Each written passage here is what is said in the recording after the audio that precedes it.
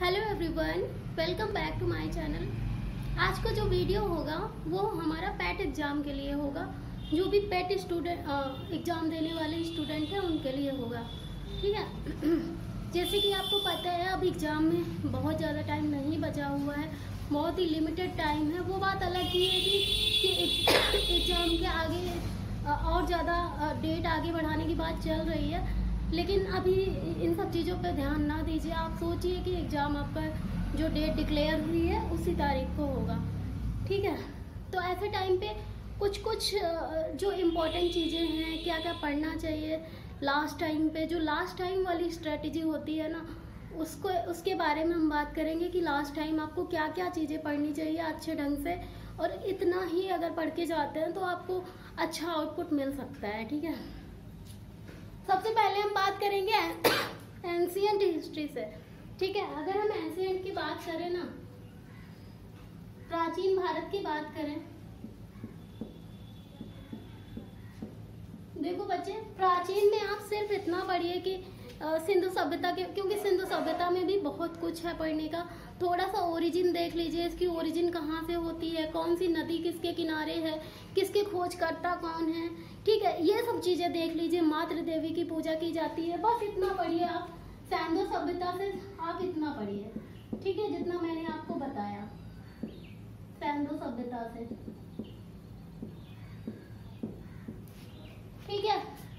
अब हम बात करेंगे वैदिक सभ्यता से। प्राचीन में अगर हम वैदिक सभ्यता की बात करें तो वैदिक सभ्यता में आप देख लीजिए, बस इतना इतना देख लीजिए कि वैदिक सभ्यता में सबसे पुराना ग्रंथ कौन सा था, कौन से देवता की सबसे ज़्यादा बार पूजा की, मतलब ऋग्वैदिक काल के महान देवता कौन से थे, उत्तर वैदिक काल के महान देवता कौन थे, ठीक है। किसका नाम कितनी बार लिया जा रहा है और ऋग्वेद के कौन से मंडल में किसकी उत्पत्ति हुई है, बस इतना देख लीजिए वैदिक सभ्यता की।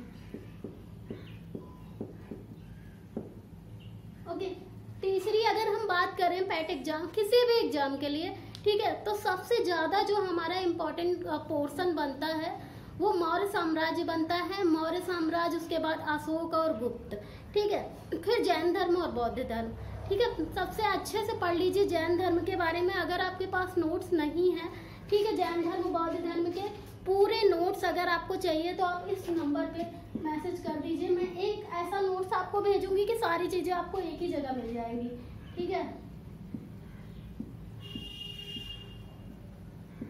ठीक है। मैं ऐसा नोट्स दे दूंगी कि आपको सारी चीज़ें जैन धर्म, बौद्ध धर्म, अशोक अच्छे से एक जगह मिल जाएगी। इसमें जैन धर्म का मतलब जैन धर्म की उत्पत्ति कहाँ से हुई, महावीर स्वामी का जन्म कहाँ पे हुआ, उनकी बेटी पत्नी कौन से धर्म की थी, कौन से वृक्ष के नीचे ज्ञान प्राप्त हुआ, कौन सी नदी के नीचे ज्ञान प्राप्त हुआ, कहाँ पे मृत्यु हुई, कौन से संप्रदाय से रिलेटेड है, दिगंबर संप्रदाय, श्वेतांबर संप्रदाय कौन से उससे रिलेटेड है, ये सारी चीज़ें, मतलब जैन धर्म और बौद्ध धर्म के बारे में आपको एक एक चीज़ पढ़नी है और अच्छे से पढ़नी है। अगर मान लीजिए पूरे प्राचीन में आपसे कहीं से भी क्वेश्चन नहीं पूछ रहा है एग्जाम में, तो जैन धर्म, बौद्ध धर्म और अशोक, ये तीन ऐसे टॉपिक है जहाँ से आपका एग्जाम में क्वेश्चन बनना तय है, ओके। उसके बाद अगर हम बात करें तो सबसे ज़्यादा आप थोड़ा सा बौद्ध बिंदुसार के बारे में पढ़ सकते हैं, अजातशत्रु के बारे में थोड़ा सा, राजधानी परिवर्तन, ये सब देख लीजिए। उसके बाद अगर सबसे इम्पोर्टेंट टॉपिक बनता है हमारा तो अशोक, ठीक है। और अशोक में भी अशोक का आप धर्म देख लीजिए कौन सा है, अशोक के सबसे इम्पोर्टेंट चीज़ें अशोक के बारे में, अशोक के शिलालेख देख लीजिए, लघु शिलालेख देख लीजिए, कौन से अशोक का राज्याभिषेक देख लीजिए, ये सारी चीज़ें देख लीजिए। फिर उसके बाद गुप्त वंश की स्थापना किसने की, गुप्तोत्तर वंश, ये थोड़ा बहुत देख लीजिए, ठीक है। अशोक की बात अगर हम देखेंगे,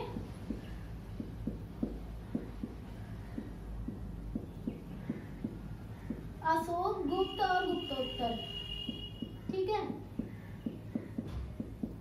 ये हमारी बात हो गई प्राचीन भारत में। बस इतना पढ़ना, अगर आप चाहो ना तो आप एक दिन में ये सब पढ़ के खत्म कर सकते हो, अगर आपने पहले से पढ़ रखा है तो। बहुत ज्यादा इसमें पढ़ने को है ही नहीं, ठीक है। दूसरी बात करें हम मध्यकालीन भारत की, अगर मध्यकालीन भारत की बात करें ना,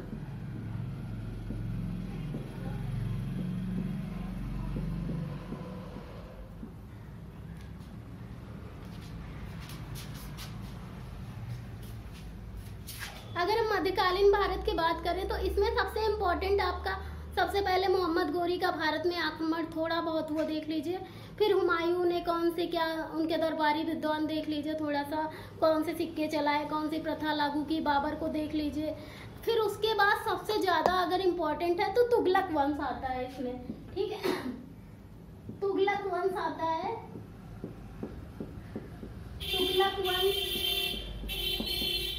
फिर इसके पहले अलाउद्दीन खिलजी के बारे में भी थोड़ा सा देख लीजिए, क्योंकि इससे भी हमारे क्वेश्चन बहुत ज़्यादा बनते हैं, ठीक है। अलाउद्दीन खिलजी। अच्छा, जिनके पास इन सब नोट्स की व्यवस्था नहीं है, ठीक है, जिन बच्चों को नोट्स की प्रॉब्लम है कि वो कहाँ से पढ़ें, चीज़ों को कहाँ से लें, आप मुझे मेरे नंबर पे पर्सनल मैसेज करके बोल दीजिए मैम नोट्स भेज दीजिए, मैं एक एक नोट्स भेज दूँगी हर सब्जेक्ट का। ओके, तो इनके बारे में पढ़ लीजिए अच्छे से।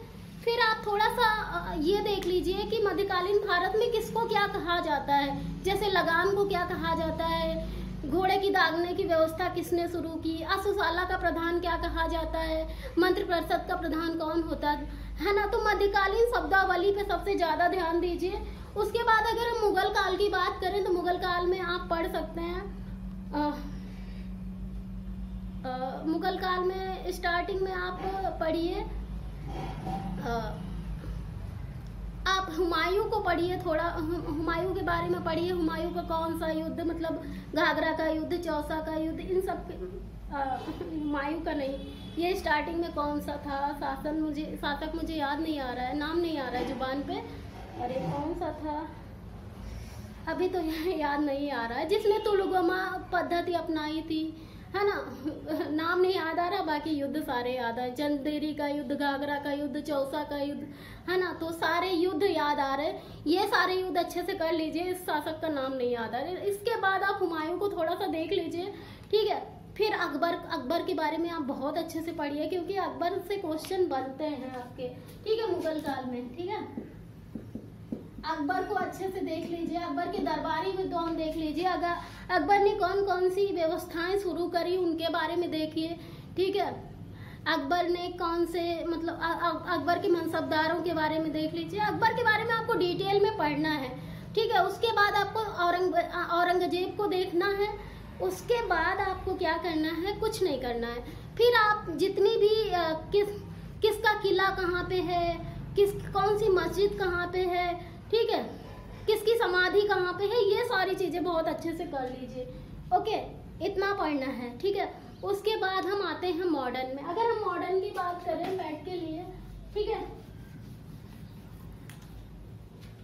मॉडर्न में आपको पढ़ना है, पहली बात तो वो जो इंडियन नेशनल मूवमेंट बहुत अच्छे से पढ़ना, वहाँ से क्वेश्चन आपका बनना तय है, इंडियन नेशनल मूवमेंट, ठीक है। वैसे अगर हम मॉडर्न की बात करें तो पूरी मॉडर्न हिस्ट्री हमारी इम्पोर्टेंट होती है। हम कोई भी एग्जाम देने जाएं तो सबसे ज़्यादा मॉडर्न हिस्ट्री पढ़ते हैं, राइट, ठीक है। इंडियन नेशनल मूवमेंट मुझे तो खैर रटी हुई है, मुझे तो पूरी घटना चक्र रटी हुई है मॉडर्न हिस्ट्री में, मुझे कोई प्रॉब्लम नहीं होता है, और मुझे अब एग्जाम इतना देना भी नहीं होता है। इंडियन नेशनल मूवमेंट आप बहुत अच्छे से करिए।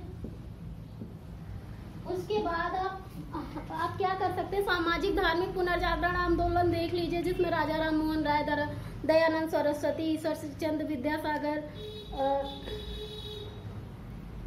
स्वामी विवेकानंद, इन सब के बारे में, इन सब किसने आर्य समाज की स्थापना की, किसने धर्म सभा की स्थापना की, इन सब के बारे में अच्छे से कर लीजिए, ठीक है। उसके बाद 1857 के विद्रोह से लेके 1947 तक का एक एक वर्ड आपका इम्पोर्टेंट है, ठीक है। अगर हम हिस्ट्री की बात करें मॉडर्न में तो 1857 के विद्रोह से लेके 1947 का, ठीक है, मोस्ट इम्पोर्टेंट है ये, इसको आपको करके जाना ही पड़ेगा, मतलब यू कांट इग्नोर इट, इसको तो आपको करना ही पड़ेगा हर हालत में, ठीक है। तो ये हमने हिस्ट्री की बात कर ली। अब हम बात करेंगे ज्योग्राफी की। देखो बच्चे, अगर हम ज्योग्राफी की बात करें, हम इंडियन ज्योग्राफी से शुरुआत करते हैं ना,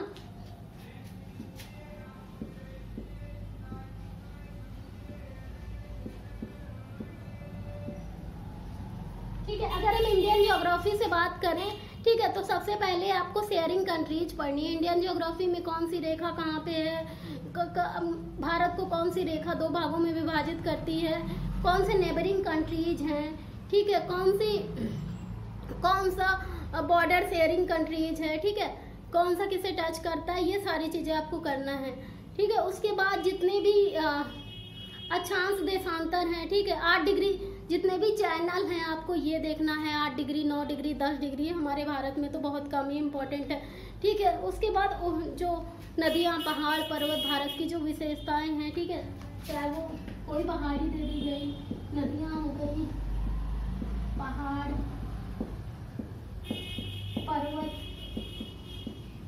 पर्वत, झील, जनजाति और उसके बाद भारत के जो भी खनिज संसाधन है, ठीक है, खनिज संसाधन।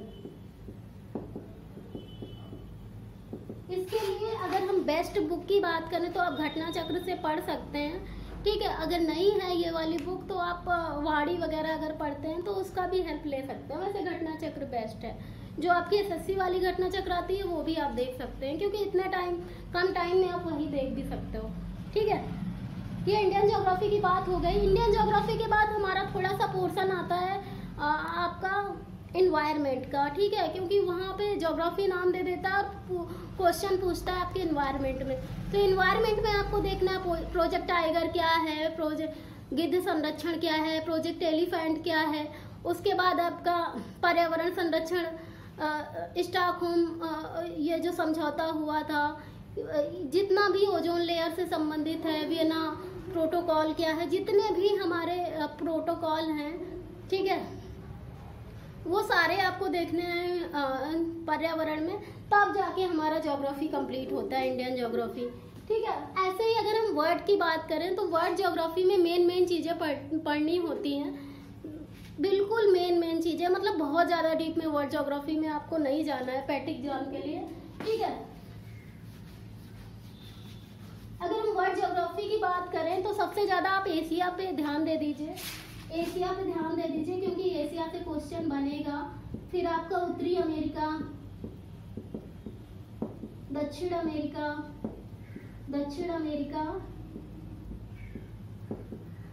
यूरोप, यूरेशिया, ठीक है, ऑस्ट्रेलिया।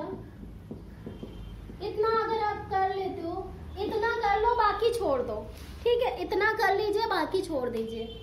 उसके बाद आप जितने भी महासागर हैं वो देख लीजिए, प्रशांत महासागर, हिंद महासागर, उनमें कौन सी जलधाराएं चलती हैं, ठीक है, प्रशांत महासागर, हिंद,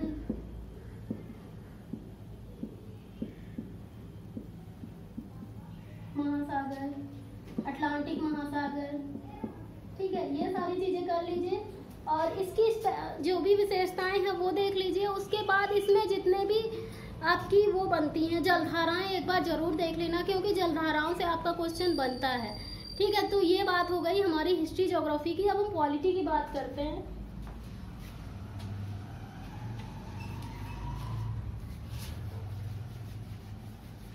अगर हम पॉलिटी की बात करें बच्चे, तो पॉलिटी में आपको क्या पढ़ना है? पॉलिटी में आपको सबसे पहले पढ़ना है उद्देशिका आपको एक बार देख लेनी है, ठीक है। उसके बाद जितने भी एक्ट हैं हमारे, चाहे 1813 का एक्ट हो, 1773 का एक्ट हो, 1785 का पिट्स इंडिया एक्ट हो, ठीक है, 1833 का एक्ट हो, 1919 का एक्ट हो, ठीक है, ये जितने भी एक्ट होते हैं मोस्ट इम्पोर्टेंट है। सारे एक्ट जो हैं वो देख लीजिए, ये मोस्ट इम्पोर्टेंट है पॉलिटी में, ठीक है। उसके बाद हमारा मूल अधिकार, राज्य के नीति निर्देशक तत्व और मूल कर्तव्य से क्वेश्चन बनने ही बनने हैं, ठीक है। मूल अधिकार, मूल कर्तव्य, नीति निर्देशक तत्व, ठीक है। फिर आपको क्या देखना है? फिर आपको राष्ट्रपति के बारे में देखना है। राष्ट्रपति के बारे में देखने के बाद हमको संसद को देखना है, ठीक है। राष्ट्रपति, संसद, अब संसद में मतलब राष्ट्रपति, लोकसभा, राज्यसभा सभी आ जाते हैं, तो हमें संसद के बारे में अच्छे से देखना है, हमारी पार्लियामेंट के बारे में, ठीक है। ऐसे ही राज्य के बारे में देखना है, राज्यपाल, फिर हमारी मतलब जितना भी राज्य का होता है, विधानसभा, मतलब विधानमंडल के बारे में देखना, ठीक है। उसके बाद आप पंचायती राज देख लीजिए, बाकी आप पूरा पॉलिटी छोड़ दीजिए, तब भी आपका क्वेश्चन आप अच्छे से कर पाएंगे जितने आएंगे, ठीक है। तो ये हमारी जीएस की बात हो गई। अगर हम करंट अफेयर की बात करें, देखो बच्चे, अगर हम करंट अफेयर की बात करें ना, तो पिछले 6 से 8 महीने का करंट आपका पेट एग्जाम में जरूर आएगा, ठीक है। Current affair,